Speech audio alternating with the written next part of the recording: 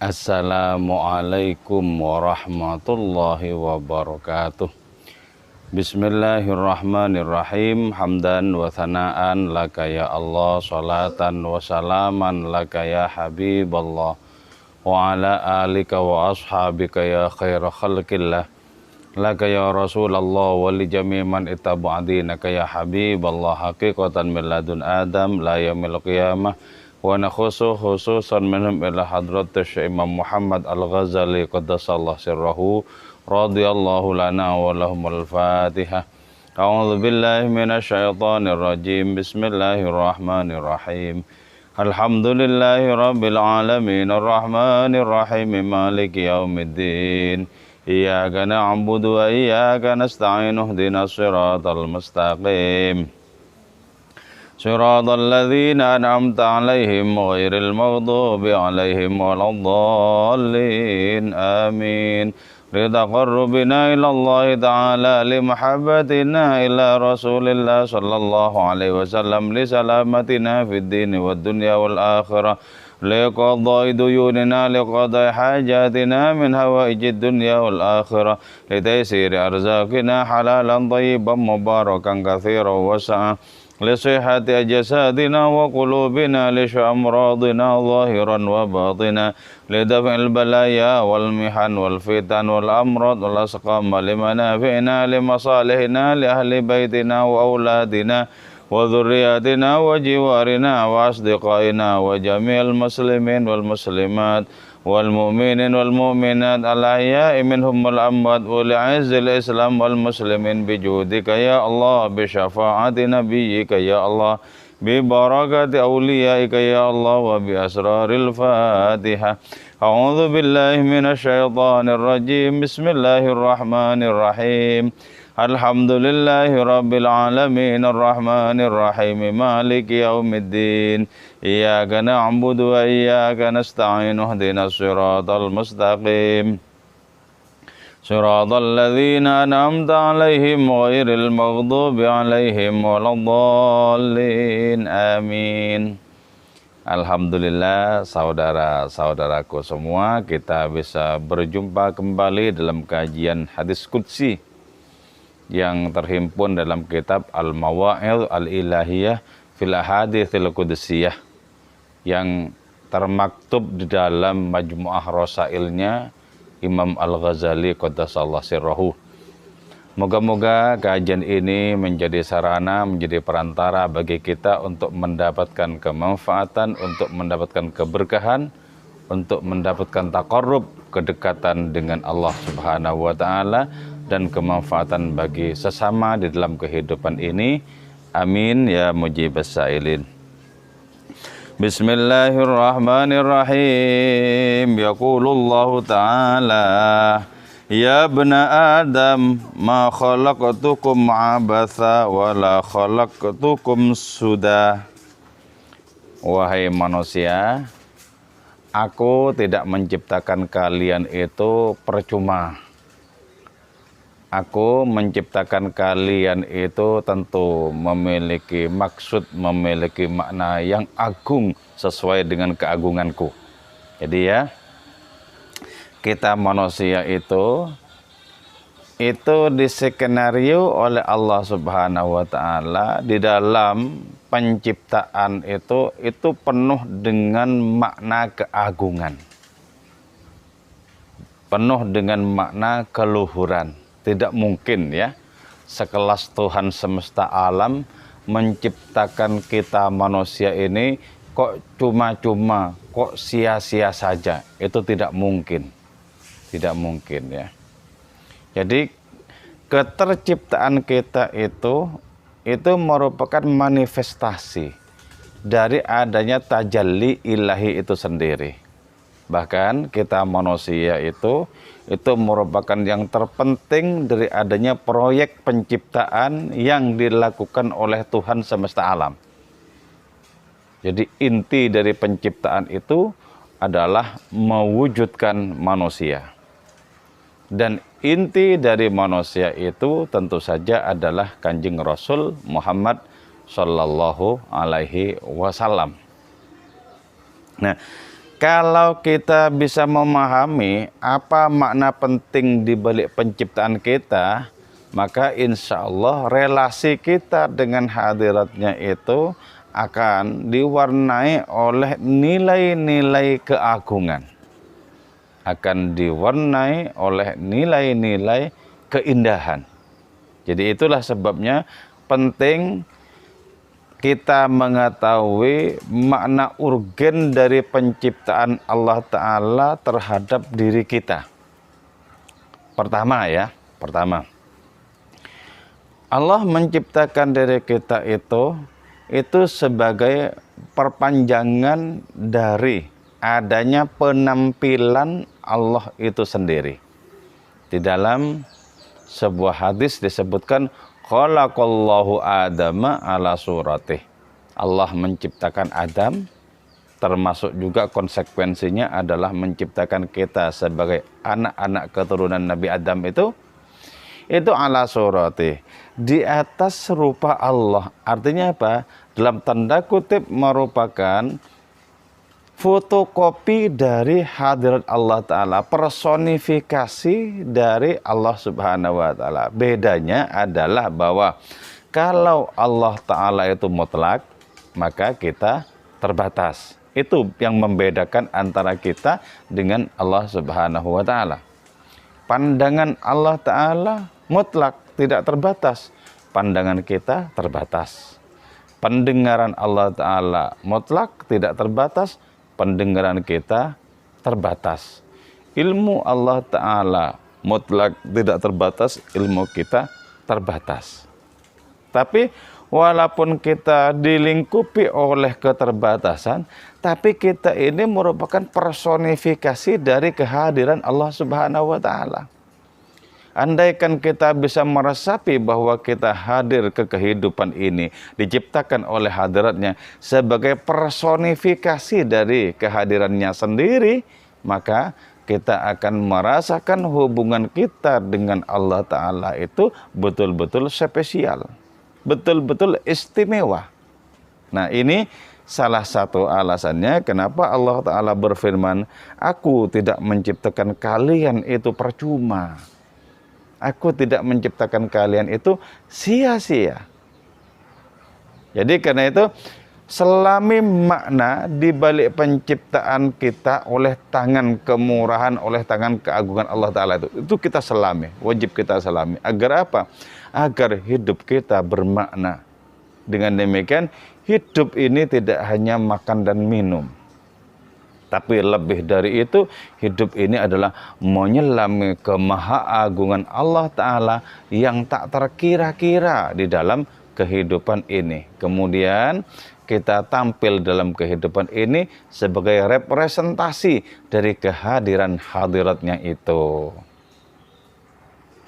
Jadi karena penciptaan manusia itu merupakan proyek konkret dari Allah Subhanahu wa Ta'ala, maka tidak mungkin itu percuma, tidak mungkin itu sia-sia, pasti memiliki makna yang agung. Dan tugas kita adalah menyelami makna agung di balik penciptaan diri kita itu.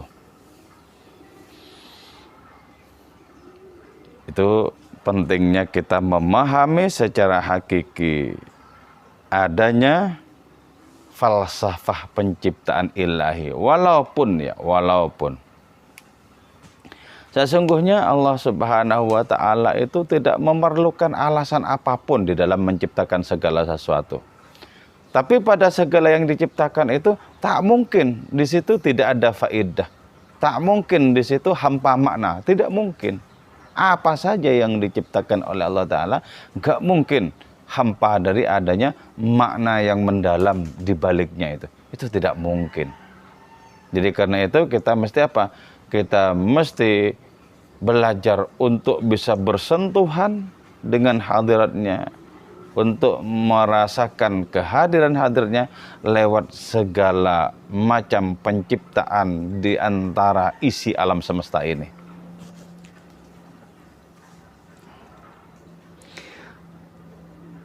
Terus Allah Subhanahu wa Ta'ala itu berfirman, wa ma ana bighafilin wa inni bikum khabir. Aku itu tidak lalai loh manusia. Aku itu sangat mengetahui dengan detail perilaku kalian. Tidak saja perilaku lahiriah, tapi termasuk detak hati yang paling samar sekalipun. Ini apa pentingnya? Allah Subhanahu wa taala itu mengucapkan firman-Nya seperti ini. Wa inni bikum khabir. Aku sangat detail mengetahui kalian semua. Itu agar apa? Agar kita bisa connect dengan pemahaman, dengan pengetahuan Allah taala terhadap diri kita. Kalau kita bisa connect dengan adanya pengetahuan terhadap diri kita, maka kita akan senantiasa merasa diawasi, disaksikan. Dan ketika kita beramal dengan merasa disaksikan hadiratnya itu, tentu saja kita beramal dengan nilai dan makna yang sangat bermutu. Beda dengan misalnya ya, kita merasa tidak disaksikan, maka kita bisa sembrono di dalam melakukan berbagai macam perbuatan, bisa sembrono. Tapi ketika kita merasakan disaksikan ya oleh yang maha mengetahui itu, nah merasa disaksikan itu akan menjadikan diri kita berhati-hati dalam bertindak, dalam beramal. Bahkan akan menjadikan diri kita bertindak, beramal itu dengan penuh nilai keagungan, dengan penuh nilai ketulusan. Kenapa? Karena kita disaksikan oleh yang maha sempurna itu. Nah, kalau sudah seperti itu, ini berarti kita masuk tahapan ihsan. Yaitu anta'budallah ka'annaka tarah, fa illam takun tarah fa innahu yaraka.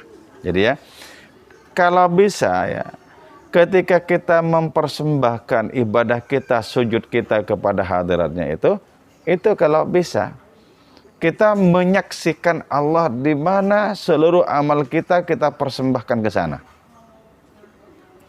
Tapi kalau itu tidak sanggup kita lakukan, minimal di tahapan ihsan itu adalah kita senantiasa merasa disaksikan, diawasi. Karena itu muncul adanya rasa malu dalam diri kita kalau kita mau berbuat yang serong, yang tidak, yang melanggar dan lain semacamnya.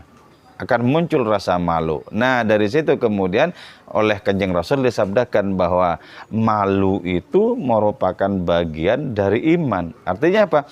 Ketika orang itu mafhum mukhalafahnya, imannya itu ludes, imannya terbakar habis, maka orang di saat itu tidak memiliki rasa malu. Kalaupun ada rasa malu, mungkin malu kepada kanan kiri, kepada tetangga. Itu pun semakin lama semakin habis, semakin lama semakin kalis. Jadi ya, ma'ana bighafilin, ini perlu kita perhatikan. Aku tidak lalai. Jadi ya, tidak ada satu jeda pun di mana amal kita itu terlewatkan dari pantauan Allah Ta'ala. Itu tidak ada.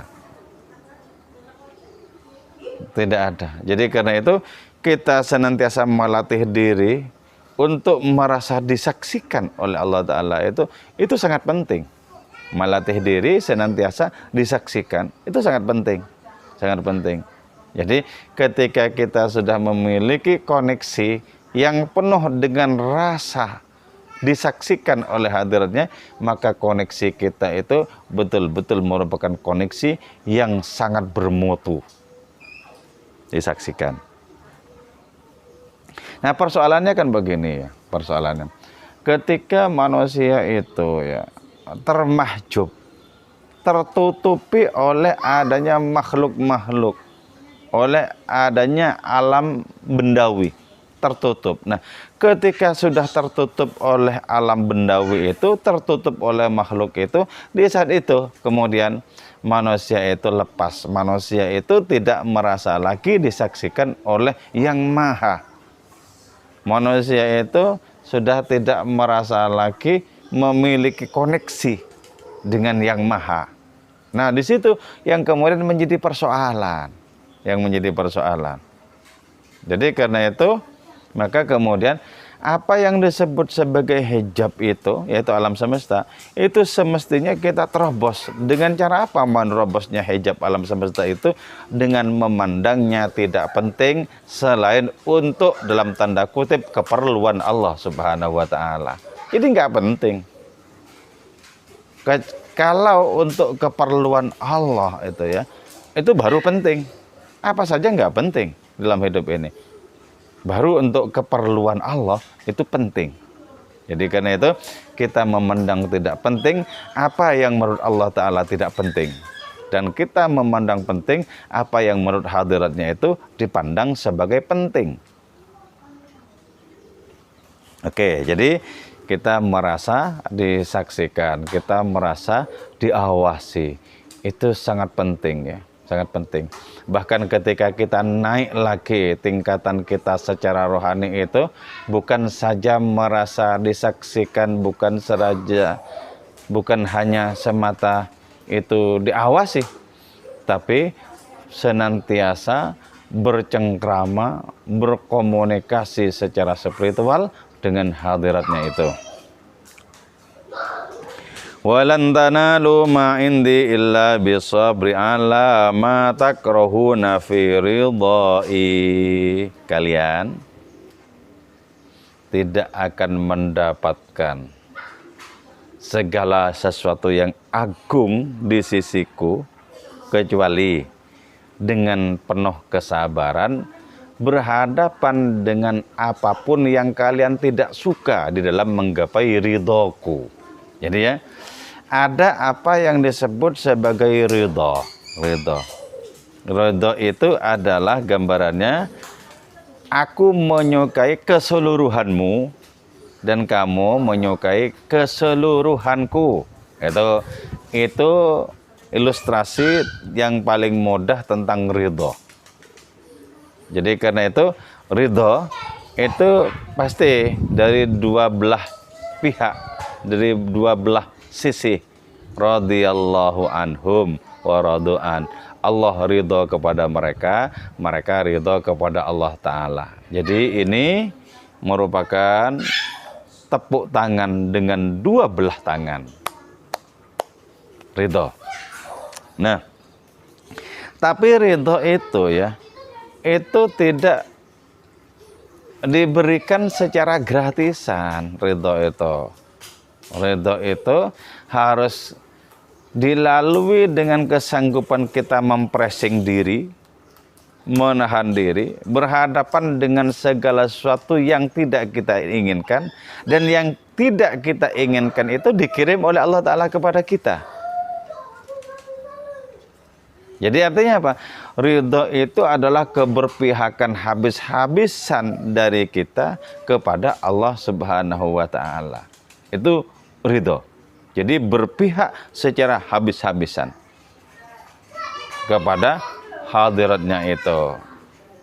Nah, di saat kita berpihak habis-habisan kepada hadiratnya, ketahuilah bahwa sesungguhnya sebelum kita ridho kepada Allah Ta'ala itu, Allah Ta'ala yang terlebih dahulu ridho kepada diri kita. Itulah sebabnya radhiyallahu anhum didahulukan dibandingkan waradu'an. Jadi karena itu manusia tidak boleh salah sangka bahwa misalnya menyangka keridhaan manusia kepada Allah Ta'ala menjadikan Allah Ta'ala ridho kepada mereka. Itu salah sangka. Allah Ta'ala yang memulai dulu, baru kemudian kita manusia itu diajari oleh hadiratnya untuk bisa menggapai ridho tersebut. Nah, ini kedudukan rohani yang sangat istimewa, ridho ini. Kedudukan rohani yang sangat istimewa. Sebab apa? Di dalam ridho itu kita tidak memiliki kepemilikan untuk diri sendiri. Seluruh kepemilikan itu dirasakan itu murni untuk Allah Subhanahu wa Ta'ala. Itu ridho. Jadi karena itu diungkapkan bahwa satu amal yang landasannya itu ridho, itu jauh lebih berkualitas ketimbang amal umat manusia di dunia yang landasannya adalah keikhlasan. Asik ya kalau sudah masuk di makom ridho itu kita menjadi lentur selentur-lenturnya. Di saat itu kita bisa mendefinisikan ridho itu adalah aku adalah apapun yang kau mau. Aku adalah apapun yang kau kehendaki. Nah itu loh. Jadi sedemikian lenturnya. Nah ketika sedemikian lenturnya seperti itulah, maka orang itu akhlaknya pasti akhlaknya Allah Subhanahu wa taala. Bahkan kehendaknya itu adalah kehendaknya Allah taala. Dia sendiri sudah merdeka dari kehendak-kehendak dirinya yang kumuh, dari kehendak-kehendak dirinya yang kotor, dari kehendak-kehendak dirinya yang parsial. Itu sudah terbebaskan dari semua itu. Jadi ternyata apa ya? Allah Ta'ala itu sengaja menciptakan pagar demi pagar yang rasanya itu sangat getir, dan itu disediakan untuk orang-orang yang akan menggapai ridhonya. Jadi menyediakan pagar demi pagar kegetiran, itulah kegetiran. Nah, sesungguhnya apa yang disebut sebagai pagar-pagar kegetiran itu hakikatnya adalah kenikmatan ya, sebenarnya kenikmatan. Buktinya apa? Ketika orang itu mendapatkan ridhonya, bahkan takdir yang paling pahit sekalipun oleh Allah Ta'ala ditetapkan untuk orang itu nikmat kok. Nikmat. Jadi lahiriahnya itu adalah kegetiran. Tapi ketika diselami dengan penuh kesungguhan dan ketulusan, ternyata itu adalah kenikmatan. Ternyata adalah kenikmatan. Jadi ada memang karunia-karunia dari Allah Ta'ala yang bungkusnya itu getir tapi isinya lezat, isinya itu manis. Wasabru lakum ala ta'ati aisaru lakum minas sabri ala ma'asiyati. Sabar di dalam melaksanakan kepatuhan itu lebih mudah dibandingkan sabar di dalam menghindari kemaksiatan. Jadi ya, ketika nafsu itu sedemikian bergemuruh, sedemikian semangat untuk melaksanakan keburukan-keburukan, nah, mencegahnya itu lebih berat dibandingkan kita mengajak diri kita untuk melaksanakan ketaatan, melaksanakan kepatuhan. Ya. Jadi makanya begini ya, kita itu misalnya ya sekarang diselamatkan oleh Allah Ta'ala dari melakukan pembunuhan misalnya, diselamatkan dari melakukan gendam kepada orang lain, diselamatkan dari melakukan penipuan dan lain semacamnya. Nah, itu harus kita nikmati sebagai perlindungan hadiratnya kepada diri kita. Jadi itu bukan gratisan itu. Kalau Allah Ta'ala tidak menjaga kita, maka kita akan terjun di dalam dosa-dosa besar itu. Jadi harus kita syukuri, harus kita nikmati, kita diselamatkan, kita dijaga, itu harus disyukuri. Dan itu merupakan karunia besar. Kita dilindungi seperti itu karunia besar sebenarnya. Karunia besar, bukan karunia yang kerece-kerece, itu bukan, itu karunia besar. Kita selamat dari adanya dosa-dosa besar itu karunia yang besar juga. Karunia yang besar juga. Dan di saat itu, ketika kita mengerjakan kebaikan-kebaikan, itu pun juga karunia. Lah, lantas apa yang bukan karunia dong? Loh, semuanya itu adalah karunia. Kita terhindar dari dosa-dosa itu karunia. Kita melaksanakan kepatuhan-kepatuhan itu karunia. Karunia. Jadi berarti kita tidak punya modal apapun. Loh iya, memang tidak punya modal apapun. Wong kita itu oleh Allah Ta'ala dikasih dua macam karunia, dan itu sama sekali bukan milik kita. Kita tidak memiliki itu. Apa dua karunia itu? Pertama, ni'matul ijad.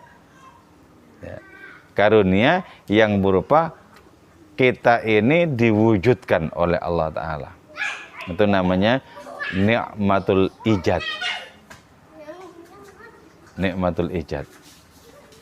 Nah, kita itu kan tidak bisa mewujudkan diri kita sendiri, tidak bisa. Ketika sudah diwujudkan, nah kita menjadi wujud dari semula tidak wujud itu merupakan karunia. Merupakan karunia. Terus yang kedua, yaitu kenikmatan yang berupa ongkos kita menjalani wujud. Karunia yang berupa bekal kita menjalani wujud tugas-tugas kehidupan ini, itu pun juga merupakan karunia. Lah, lantas apa yang bukan karunia? Ya semuanya ini merupakan parade karunia. Itulah sebabnya bahwa setiap saat itu kita perlu bersyukur kepada Allah Subhanahu wa Ta'ala, dan syukur yang kita persembahkan itu karunia baru yang menuntut kita untuk mensyukurinya juga. Terus begitulah kita tertimbun oleh karunia, tertumpuk oleh karunia, dan karena itu tidak ada alasan untuk tidak bersyukur. Kita itu tertimbun-timbun karunia. Bahkan andaikan kita, ya, naudzubillah, misalnya ditimpa oleh berbagai macam kegetiran hidup, itu pun juga tetap karunia sebenarnya. Kenapa? Karena tidak ada keputusan Allah, takdir Allah yang paling pahit sekalipun, kecuali di dalamnya itu terkandung adanya kasih sayang, terkandung adanya rahmat yang tak terkira-kira. Cuma kan kebiasaan manusia itu begini, kalau adanya takdir Allah Ta'ala yang menimpa diri kita, menimpa diri manusia itu dirasa tidak cocok dengan selera dan keinginan kita, itu kita pandang buruk. Kalau cocok, itu kita pandang baik. Padahal semuanya itu versi Allah Subhanahu wa Ta'ala, tidak ada yang buruk. Itu baik. Baik, makanya ya, ada seorang sufi, ya, yang tekun beribadah, siangnya puasa, malamnya itu senantiasa jaga dengan penuh ibadah dan munajat kepada hadiratnya. Selama puluhan tahun sudah begitu. Nah, si sufi ini kemudian didatangi oleh seorang malaikat dan mengatakan bahwa, untuk apa engkau tekun beribadah? Wong aku lihat catatan bukumu di Lauh Mahfud itu engkau masuk neraka, kata si malaikat. Nah, si sufi ini menjawab dengan penuh kecerdasan secara rohani. Dia jawab apa? Masalah surga dan neraka itu bukan urusanku. Urusanku adalah melaksanakan perintah, yaitu menyembah Allah Ta'ala dengan penuh keikhlasan, dengan penuh kesungguhan. Itu cuman urusanku. Adapun akhirku mau neraka, mau surga, itu aku rela terhadap keputusan hadiratnya. Rela aku. Nah, ketika si sufi ini menyatakan rela dengan apapun keputusan Allah Subhanahu wa Ta'ala, maka catatan di Lauh Mahfud itu dirubah oleh Allah. Sebab apa? Yamhullahu ma yasha'u yuthbit. Allah itu bisa menghapus apapun yang dikehendaki dan bisa menetapkan apapun yang dikehendaki. Toh takdir itu takdirnya Allah, catatan Allah, mau dirubah monggo, mau tetap dipatenkan monggo. Sama-sama bisa. Wong segala-galanya milik Allah, dan Allah tidak wajib tunduk terhadap ketentuannya sendiri. Terserah, bebas. Nah, jadi karena si sufi itu menyatakan dengan penuh ketulusan bahwa sembah sujudnya tidak dalam rangka memikirkan terhindar dari neraka dan tidak dalam rangka memikirkan masuk surga, maka kemudian catatan di Lauh Mahfud itu dirubah oleh Allah Ta'ala. Yang semula itu dicatat sebagai penghuni neraka, dirubah menjadi penghuni surga. Tahukah kita kenapa Allah Ta'ala mencatat sang sufi itu masuk neraka, catatannya di Lauh Mahfudz seperti itu ternyata ceritanya adalah bahwa pada suatu hari sang sufi ketika masih muda itu berada di kamar tidur dan tidak tidur. Terus ibunya manggil si sufi itu, "Fulan," panggil. Untuk keperluan disuruh belanja ke pasar. Nah, si sufi yang sesungguhnya tidak tidur itu pura-pura tidur dalam rangka agar tidak disuruh ke pasar untuk belanja oleh ibunya. Karena pura-pura tidur dan dikira tidur oleh ibunya, maka si sufi itu bebas dari suruhan ibunya untuk ke pasar itu. Nah, karena itu kemudian ada catatan bagi dia untuk kelak masuk neraka. Tapi ketika si sufi ini menyatakan bahwa sembah sujudnya pertama semata-mata untuk mengganti keburukannya kepada sang ibu. Yang kedua, murni hanya melaksanakan perintah Allah dan tidak pernah ngurusi tentang apakah dia masuk surga atau masuk neraka, maka kemudian oleh Allah Ta'ala catatan tentang dia yang masuk neraka itu diganti menjadi masuk surga. Jadi ya, kembali kepada ridho. Jadi ridho adalah keberpihakan kita secara habis-habisan kepada Allah Subhanahu wa Ta'ala. Pada mulanya pahit memang hal-hal kita rasakan, tapi ketika kita mengencapnya dengan lidah ridho, segala yang pahit berubah menjadi manis.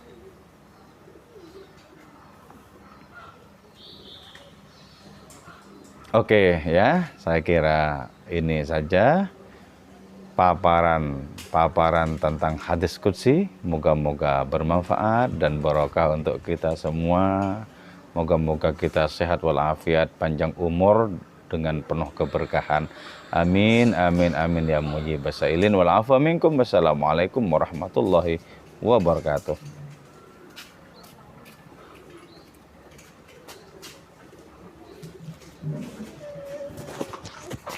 Temen HP. Kakak nanti. Ini enggak pakai HP. Tapi komputer. Ya, komputer. Iya.